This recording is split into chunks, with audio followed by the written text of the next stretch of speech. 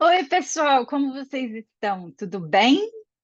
Hoje é a aula número 2 sobre o teste cívico para a cidadania americana. Vocês estão preparados? Espero que sim, porque a aula número 1 parece que foi legal, eu tive um bom feedback.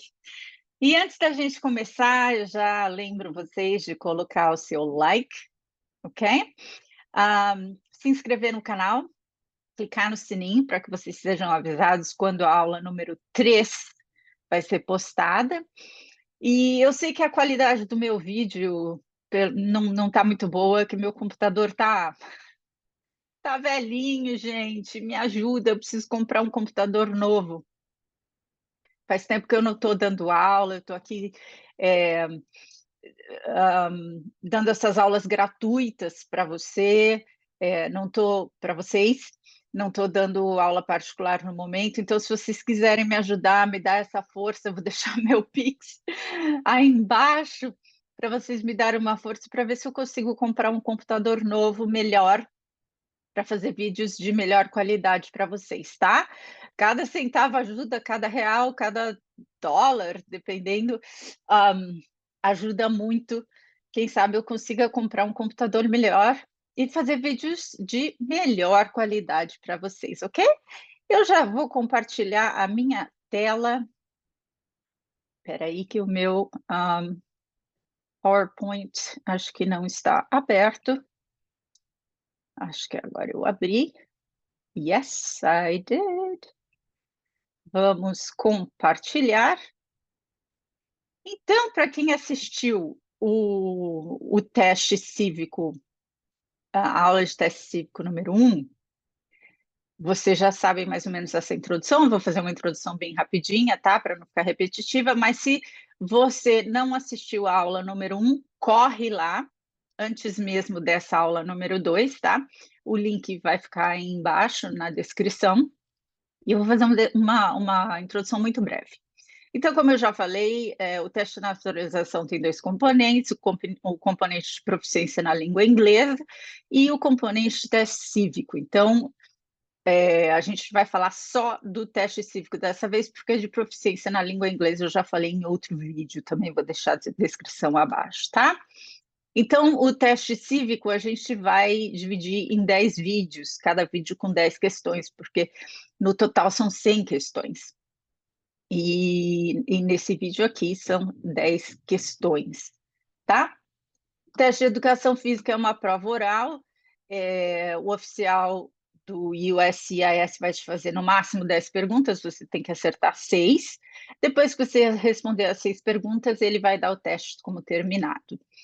Para você passar, você precisa responder uma resposta correta ou uma resposta alternativa da resposta correta, tá? Aqui nesse estudo, você vai ver que a gente vai ter algumas alternativas. Você respondendo corretamente, usando as alternativas, você vai passar, tá? Você vai falhar se você responder uma resposta incorreta ou se você não responder. Se você reprovar, seja no teste de proficiência, seja no teste de educação cívica, o teste cívico, ou em todos os testes, é, o agente do USCIS vai reagendá-lo para um segundo exame entre 60 e 90 dias após o seu exame inicial. E esse teste vai ser só na área que você falhou. Se você falhou de proficiência, ele vai te reagendar no de proficiência. Se você falhou no teste cívico, ele vai te reagendar no teste cívico, ok? Se você tiver 65 anos de idade ou mais e for um residente permanente nos Estados Unidos por mais de 20 anos, perdão, ou mais, essas duas coisas juntas, tá? Você pode estudar apenas as questões marcadas com um asterisco no material de estudo, tá? Aqui a gente vai estar lá, você vai ver, vai estar marcado um asterisco. E você só precisa estudar essas questões se você tiver 65 anos de idade ou for um residente permanente dos Estados Unidos por mais de 20 anos ou mais. Essas duas coisas juntas. Se você não se encaixar nessas situações, você vai ter que estudar todas as perguntas e respostas. Vamos lá, vamos à questão número 11, porque de 1 a 10 está no teste cívico número 1, que é outro vídeo que eu vou deixar na descrição abaixo, ok? Então, eu sempre começo por português, explicando, e depois a gente vai para o inglês, e a gente sempre repete para ir em busca de uma pronúncia boa, para decorar, enfim, tá? Então, sempre a explicação primeiro. Qual que é o sistema econômico dos Estados Unidos, gente? Então, vamos lá. Você pode responder de duas formas. As duas são alternativas, tá? Não precisa falar as duas. Você pode falar que é uma economia capitalista ou que é uma economia de mercado, é a mesma coisa. Então, vamos ver esse gráficozinho que eu coloquei ali. Economia capitalista. O que é uma economia capitalista? Olha as características. Determinação de preço, estou começando ali daquele lado ali. Determinação de preço, intervenção mínima do governo, tá? Intervenção mínima do governo, economia privada, propriedade, perdão, economia não, propriedade privada, tá? Propriedade privada com intervenção mínima do governo, mínima, orientação no lucro e competição.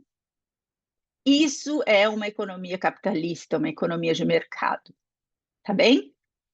Então, vamos para a parte em inglês. Eu vou chegar mais pertinho da câmera, que não é tão boa, por isso que eu preciso de um computador novo.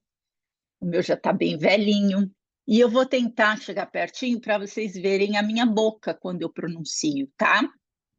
Eu vou tentar falar devagar, só que o oficial, eu vou fazer o seguinte: a pergunta eu vou falar normal, porque o oficial vai falar normal, ele é americano. E a resposta, eu vou falar um pouquinho mais devagar, tá? Lembre-se, para responder, não importa o seu sotaque, você pode ter sotaque. Só que você tem que ser compreendido, tá? Mesmo que você tenha um sotaque, o oficial tem que te entender. Tá bom. What is the economy system in the United States? Capitalist economy. Market economy. What is the economic system in the United States? Capitalist economy. Market economy.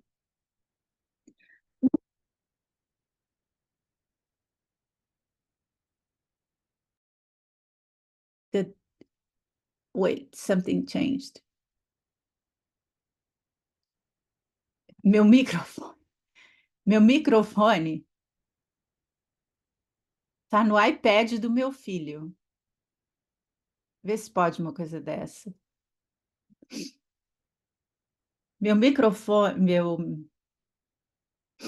meu iPad passou pro, meu iPad não.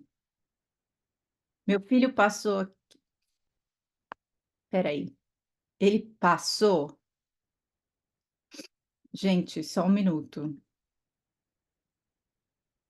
Eu vou ter que pausar por uma besteira. Meu filho passou com, peraí.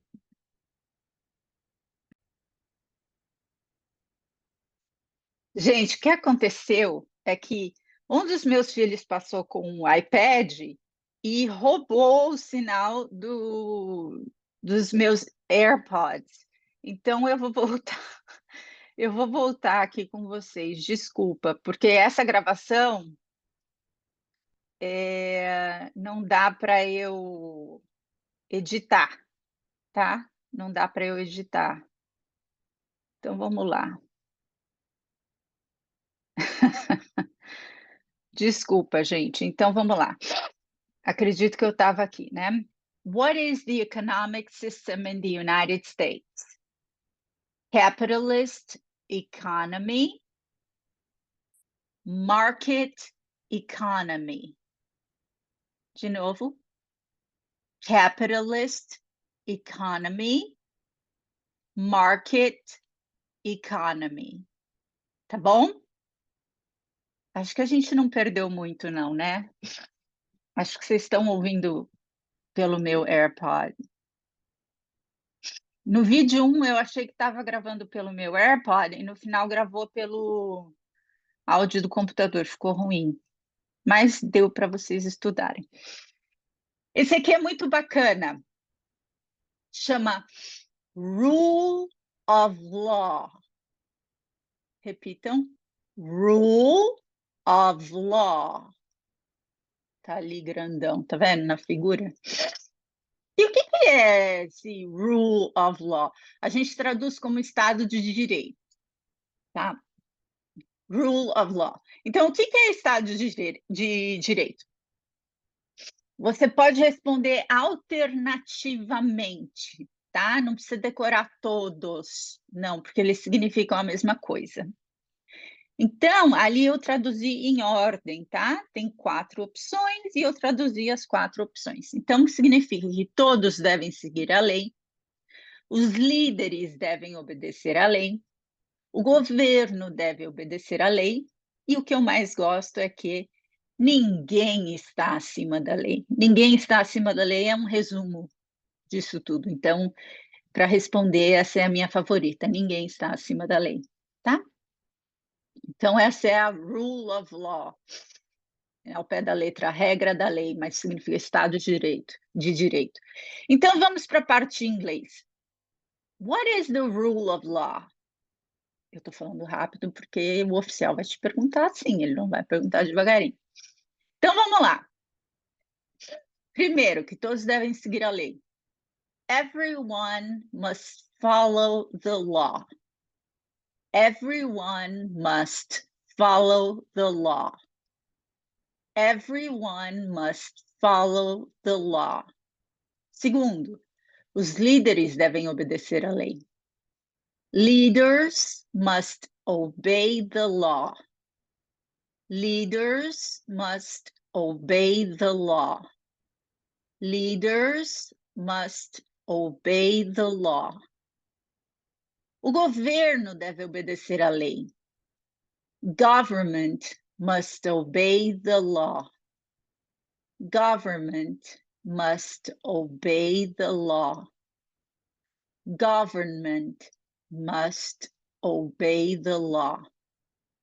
E ninguém está acima da lei. No one is above the law. No one is above the law. No one is above the law. What is the rule of law? Everyone must follow the law. Leaders must obey the law. Government must obey the law. No one is above the law. Tá bom? 13. Cite poder ou parte do governo. Tá? Então, ali a gente tem 6. Ele está te pedindo só para citar um. Então, você só precisa decorar um. Poder ou parte, tá? Então, ali eles te dão 6. O Congresso, o Legislativo, o Presidente, o Executivo, os tribunais e os judiciários. Mas o que é branch e o que é part? Ó, branch. Branch são os poderes, ó, o legislativo, eu coloquei aqui no cantinho ali, o legislativo, o executivo, o judiciário. E as partes, o Congresso, o presidente e as cortes, tá? Então, vamos lá para a tradução? Perdão, para o inglês. Name one branch or part of the government. Congress, legislative, president, executive, the courts, judicial. De novo. Congress, legislative, president, executive, the courts, judicial. Name one branch or part of the government. Congress, legislative, president, executive, the courts, judicial, judicial, judicial. Outro para repetir. Legislative, legislative, legislative. Tá? Vai praticando. Outra dica é usar esse vídeo na hora de dormir. Deixa o vídeo rolando, ou a playlist toda, com todos os vídeos de teste cívico rolando. Na hora de dormir, você vai ouvindo e vai praticando, tá bom? Vai entrando na cabeça por osmose. Vamos lá, o que impede um poder do governo de se tornar demasiadamente poderoso? O que é poder, gente? Poder são os branches, branches. Olha ali, ó, que eu coloquei no cantinho, branches. Legislativo, executivo, judiciário. O que impede o legislativo de ser mais poderoso que o executivo, o legislativo de ser mais poderoso que o judiciário de ser mais poderoso que o executivo e assim por diante? O que impede um poder de ser mais poderoso que o outro? Hein? Porque eles têm que ser iguais. Se não for iguais, imagina a bagunça que vai ser. E o que impede um de ser mais poderoso que o outro? Tem que ter uma ordem, né? Uma ordem assim, não ordem de 1, 2, 3, uma ordem de colocar ordem na bagunça. Então, o que impede? Então, vamos ver. Na verdade, são duas coisas que estão ali, mas elas significam a mesma coisa. Então, são respostas alternativas. Se você falar pesos e contrapesos, ou se você falar separação de poderes, é a mesma coisa.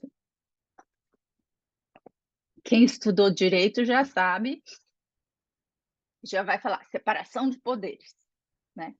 Então, existe uma separação de poderes para que um não seja mais poderoso que o outro.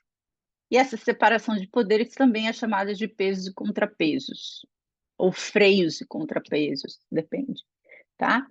Em inglês, aí eu já vou explicar o que é, o que significa isso para ficar mais claro para vocês. Mas vamos lá, em inglês, tá? Primeiro, antes de eu explicar o que é separação de poderes, pesos e contrapesos. E é importante saber que nessa pergunta oficial está te pedindo só um, tá? O que... Não, perdão, esquece. É que eu vi um. É que eu vi um sublinhado, eu já me empolguei. Não, o um é só para que você entenda que está falando que o que impede um poder, né, dentre os três, de ser mais poderoso que o outro. Ele não está te pedindo nada específico além disso, tá? Então, what stops one branch of government from becoming too powerful? Huh? Aí você pode falar um ou outro. Você pode falar checks and balances ou separation of powers. Vamos de novo? What stops one branch of government from becoming too powerful? Checks and balances, separation of powers. Checks and balances, separation of powers. Agora vamos entender o que são, o que é checks and balances ou separation of powers, que significa a mesma coisa. Então vamos lá. Checks and balances é um sistema que permite que cada poder de um governo, cada poder, judiciário, legislativo, executivo, tá? Altere ou vete atos de outro poder, de modo a evitar que qualquer poder tenha muito poder. Então, um pode interferir no outro. alterando ou vetando atos, tá? Então, a separação de poderes, que é a mesma coisa que checks and balances, é uma doutrina de direito constitucional, tá? Inclusive, no Brasil é assim, a gente tem a separação de poderes. Segundo a qual os três poderes do governo, executivo, legislativo e judiciário, são mantidos separados. Isso também é conhecido como sistema de checks and balances, como eu já falei, é a mesma coisa, freios e contrapesos, ou pesos e contrapesos, porque a cada ramo, a cada poder, são atribuídos determinados poderes para verificar e equilibrar os outros poderes, ou seja, cada um do seu quadrado, tá? Se você passar aqui, é igual o presidente querer dizer o que o judiciário tem que fazer. Não existe. É igual o judiciário querer dizer o que o Congresso tem que fazer. Não existe, tá? Cada um no seu quadrado. E se um interferir no outro, aí tem, pô, para, né? E então, assim, e se um estiver ultrapassando as suas funções, por exemplo, o legislativo, que faz leis, começa a fazer leis inconstitucionais. Aí cabe ao judiciário falar: não, a minha função aqui é dizer o que é constitucional ou não. Então, eu vou vetar esse seu. Eu vou, né?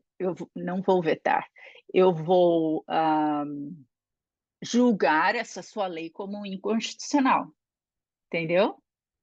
Então, é a função do judiciário julgar uma lei do legislativo como inconstitucional. Isso é checks and balances, tá? Porque senão o legislativo podia fazer o que ele quisesse, inclusive leis inconstitucionais. Para isso existe o judiciário. O judiciário é o guardião da Constituição. Se existe uma lei inconstitucional, é o judiciário que vai lá e fala: ô, legislativo, isso aí você não pode fazer, você não pode fazer lei inconstitucional, entendeu? A mesma coisa, o judiciário, se o presidente passa das funções dele, o judiciário pode tomar as medidas cabíveis para fazer os checks and balances do presidente. E assim por diante, né? Um poder faz os checks and balances do outro. Quem que está no comando do poder executivo? Isso é fácil, hein, gente? Presidente. O presidente está no comando do executivo. Então, vamos para o inglês. Who is in charge of the executive branch? The president. Who is in charge of the executive branch? The president. The president. Lembrem dessa imagem, ó. Executive Office of the President of the United States. Então, ó, o escritório executivo do presidente dos Estados Unidos. E essa imagem aí dessa águia, então, é o presidente. Lembrem-se da palavra executivo, presidente. Executivo, presidente. Executivo, presidente. Executive President. Executive President. Executive President. Ok? Não se esqueça. Então, quem que faz as leis federais, tá? Essas respostas são alternativas também. Você pode responder a 1, a 2 ou a 3, tá? Mais fácil é a 1. Então, quem que faz as leis federais? Federais, tá? O Congresso. E quem que é o Congresso? O Congresso, igual no Brasil, é o Senado e a Câmara dos Deputados, tá? Então, você pode falar que é o Congresso, que é o Senado e a Câmara dos Deputados, ou você pode responder a terceira opção, que é a legislatura dos Estados Unidos ou nacional. Você responde, para fazer uma resposta completa, você responde com o que está entre parênteses, tá? Mas não é. Deixa eu me acomodar aqui. Mas o que está entre parênteses não. Tremeu tudo a tela do computador. O que está entre parênteses não é necessário. Mas você quer dar uma resposta completa? Fala o que está em parênteses, entre parênteses, tá? Tá, o que é legislatura, gente? Legislatura é o período que o poder legislativo fica lá.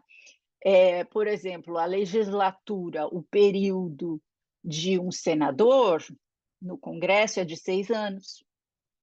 A legislatura de um deputado é de 2 anos, tá? Então, é o período do poder legislativo ali atuando no Congresso, tá? Aquela legislatura. Então, é isso. Quem faz as leis federais. Então, vamos para o inglês. Who makes federal laws? Congress, Senate and House of Representatives. Aqui você pode falar com o seu sotaque, você pode falar representatives or representatives, como você se sentir mais à vontade, porque das duas formas que eu falei, o oficial vai te entender, tá?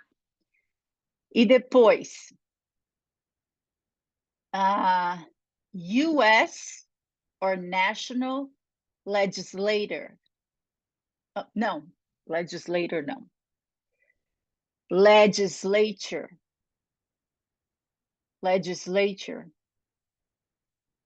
Na verdade, espera.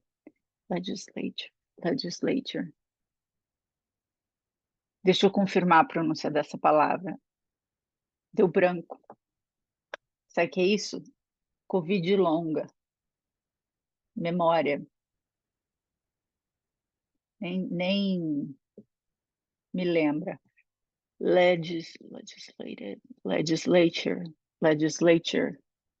Tenho quase certeza. Mas vamos confirmar.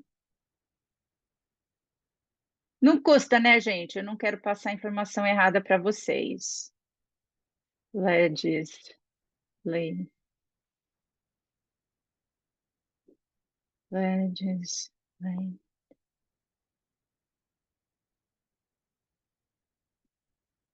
Legislature. Eu falei quase lá, né? Legislature. Ok? Então vamos de novo. Who makes federal laws? Congress, Senate, and House of Representatives, U.S. or national legislature. Ok? Good. Agora sim, tá pedindo só 2.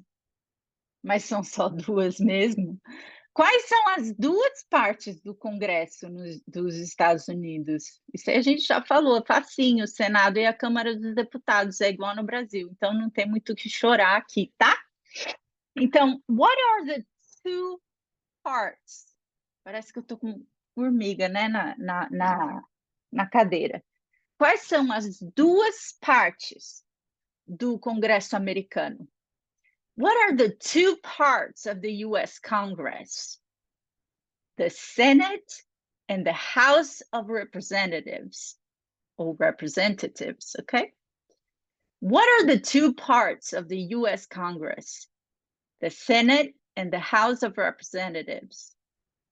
The Senate and the House of Representatives. What are the 2 parts of the U.S. Congress? The Senate and the House of Representatives. Very good. Tá, e agora, quantos senadores que tem nos Estados Unidos, hein, gente? Tem 100 senadores, 100. Pensa assim, nos Estados Unidos tem 50 estados, 50 estados. Vou trazer meu computador para mais perto. Nos Estados Unidos tem 50 estados. São 2 senadores para cada estado, tá? 2 senadores para cada estado. Vamos entender isso daí. Uma das razões pelas quais o Senado foi criado foi dar aos estados com poucas pessoas poderes iguais aos estados com muitas pessoas. com 2 senadores representando cada estado, os estados com populações pequenas têm a mesma representação no Senado que os estados com grandes pessoas, com grandes populações, ou seja, com muitas pessoas. Então, assim, a Califórnia, que é um estado populoso, tem 2 senadores. Deixa eu ver, o Maine, que tem poucas pessoas, também tem 2 senadores. Então, assim, a representação é igual. São 2 senadores para cada estado. 50 estados, 100 senadores, tá? Já na Câmara dos Deputados é diferente. Os estados com mais pessoas têm mais representantes e, portanto, mais poder. Então, assim, a Califórnia tem mais deputados do que o estado do Maine, que tem menos pessoas, tá? Então, assim, os senadores, os estados têm a mesma representação. Já deputados, os estados mais populosos têm mais deputados do que os estados menos populosos, tá? Então, vamos nos ater aos senadores. São 2 senadores para cada estado, 50 estados, 100 senadores no Senado dos Estados Unidos, tá bom?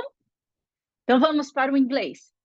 How many U.S. senators are there? 100. Só fala 100, não precisa falar 100 senators, mas também se falar não está errado.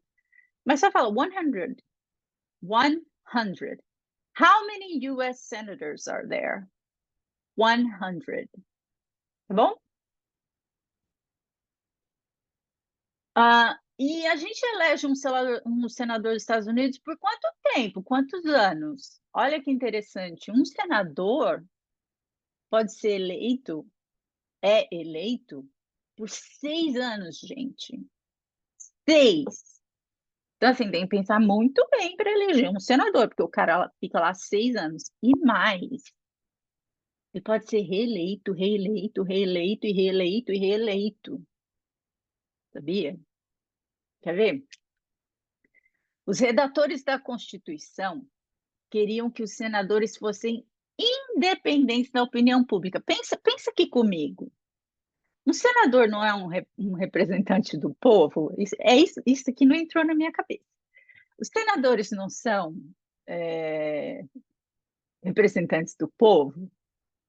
Então, mas os redatores da Constituição queriam que eles fossem independentes da opinião pública.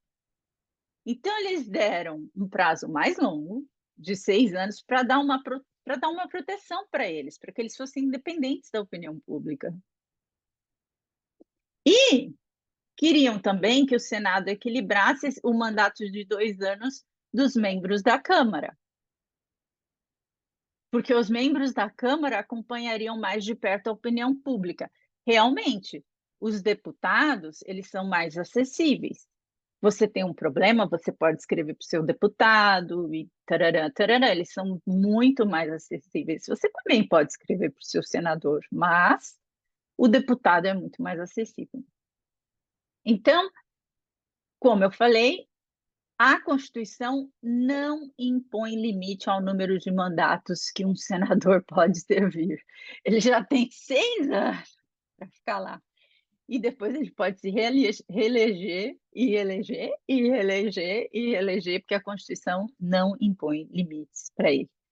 Então, um senador pode ser eleito por 6 anos e depois pode ser reeleito até ele morrer, se as pessoas, né, votarem nele. Inglês. We elect a U.S. senator for how many years? 6.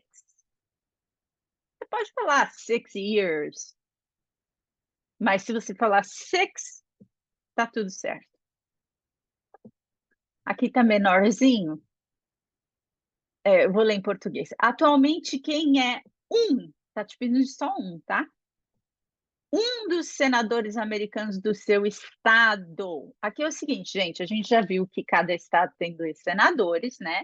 Então, aqui eles estão te pedindo só Eu não sei quem são os senadores do seu estado, você não sabe quem são os senadores do meu estado. Às vezes nem você sabe quem são os senadores do seu estado. Então, como que você vai descobrir? Para encontrar os senadores do seu estado, visite a página do Senado, e aí está a página do Senado, você procura o seu estado, e aí você vai ver lá os 2 nomes dos senadores, você escolhe um, decora o nome dele, e aí você vai responder a pergunta, né? Who is one of your state's US Senator now? Aí você responde o nome do seu senador, tá? E então ali a gente vê em português, as respostas vão variar. Aí presta atenção aqui, ó. Os residentes do Distrito de Colômbia. O que é o Distrito de Colômbia? DC, Washington, D.C. Washington, D.C. District of Columbia Residents and aqui na tradução faltou. Deixa eu ir para o inglês e traduzir do inglês. Os residentes do Distrito de Colômbia, Washington, D.C., and residents e residentes de territórios dos Estados Unidos, não estados, residentes de territórios dos Estados Unidos, devem responder que Distrito de Colômbia ou o território onde você vive não tem senadores americanos, tá? Então, se você mora em D.C., Washington, D.C., ou se você mora num território americano, que não é estado, você responde que onde você mora não tem senador, ok? Mas, se você mora num estado americano e não em D.C. ou num território, você vai lá no link do Senado e procura o seu senador. Porque os senadores mudam de 6 em 6 anos também, né, gente? Então, você tem que ver o nome dos seus senadores atuais. Aí você escolhe um nome, decora e responde essa pergunta. Who is one of your state's US senators now? Tá? E é isso, por hoje é só, gente. Não percam a próxima aula, o próximo vídeo, que vai chamar Teste 3, Teste Cívico Parte 3, perdão, tá? Com as questões 21 a 30. Vai ser lançado em breve, eu estou gravando hoje mesmo, logo em seguida. Então, vou postar em breve. Aciona o seu sininho, tá? Para você saber quando que vai sair esse vídeo. Se não se inscreveu no canal, se inscreve ainda, eu não sei o que você está esperando. Compartilha essa aula, porque vai ajudar muita gente, eu tenho certeza, porque existem outros vídeos aí no YouTube, mas não com explicações tão ricas. E outra coisa, me ajuda a comprar um computador novo, porque o meu computador, gente, tá o ó do Borogodó. E, e eu tô sem dar aulas, enfim, tô me dedicando aqui para ajudar vocês, não tô ganhando nada com isso, né? Vou deixar o Pix aqui embaixo, quem sabe, né? Se tocar no seu coração, eu vou ficar muito agradecida, tá? Boa sorte nos estudos. Coloca na hora de dormir, quem sabe aí ajuda, entra por osmose. Às vezes eu já, às vezes não, eu já fiz muito disso, de escutar YouTube antes de dormir, sabe? Aí eu acho que ajuda, não sei, cada um, cada um. Deixa eu parar de compartilhar minha tela. Tá vendo como a imagem não fica boa? Quando eu gravo do meu celular, fica a imagem 4K, sabe? Fica uau! E do computador não fica legal. Mas fico no sonho aqui de conseguir comprar um computador novo. Um beijo, gente. Boa sorte aí nos estudos e nos vemos no teste cívico parte 3. Até mais!